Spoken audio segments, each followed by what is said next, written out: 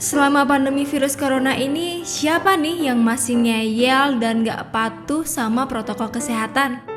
Cuci tangan, pakai masker, dan jaga jarak. Semua itu berguna untuk memutus rantai penyebaran COVID-19. Jangan pernah disepelekan ya. Oh ya, selain itu, mending di rumah aja deh. Tapi tetap meningkatkan kualitas hidup ya.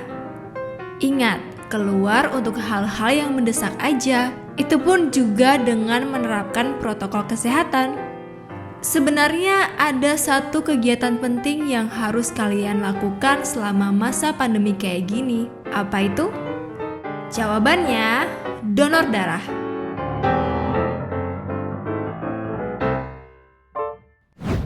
Kalian tahu gak sih, dunia merayakan Hari Donor Darah tiap 14 Juni. Tapi kegiatan amal ini mengalami penurunan drastis karena penerapan physical distancing akibat pandemi virus corona. Alhasil, stok darah menipis.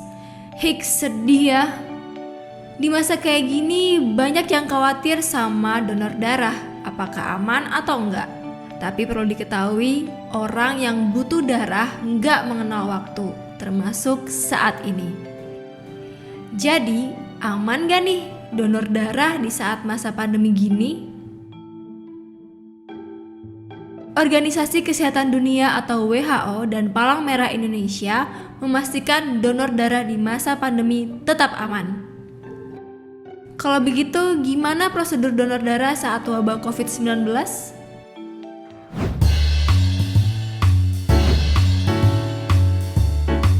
Saya mengunjungi PMI di Bantul, Yogyakarta.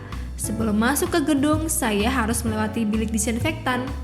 Ingat, kita tetap patuhi protokol kesehatan untuk cegah penyebaran virus corona termasuk cuci tangan. Kemudian petugas mengecek suhu badan saya. FYI, ini pertama kalinya saya donor darah loh. Hehe.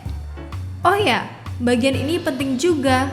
Isi formulir secara jujur, termasuk pertanyaan yang menyangkut kesehatan.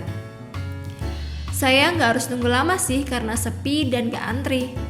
Setelah isi formulir, dokter memeriksa saya, kemudian darah saya dicek dan dinyatakan lolos untuk donor darah. Yeay! Perawat yang menangani saya juga mengenakan alat pelindung diri. Cuma butuh waktu sekitar 10 menit supaya darah saya berpindah ke kantong ini. Rasanya lega setelah selesai. Untuk mastiin kita fit setelah donor darah, PMI menyediakan ruang pemulihan. Donor darah sangat dibutuhkan bagi mereka yang menderita penyakit tertentu, pendarahan saat persalinan, menjalani operasi, dan mengalami kecelakaan.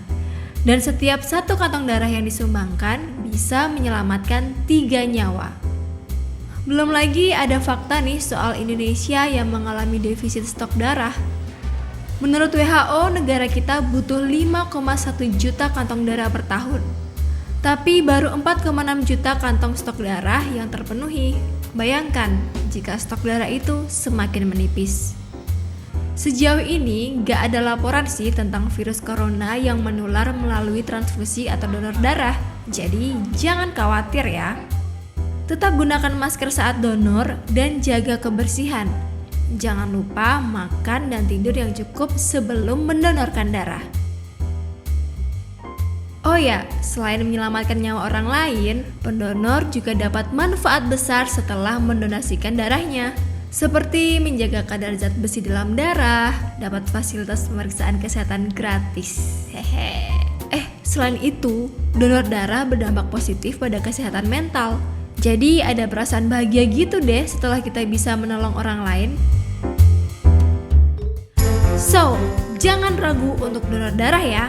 Dan ingat, terapkan protokol kesehatan dalam kehidupan sehari-hari dan kita bisa lawan COVID-19.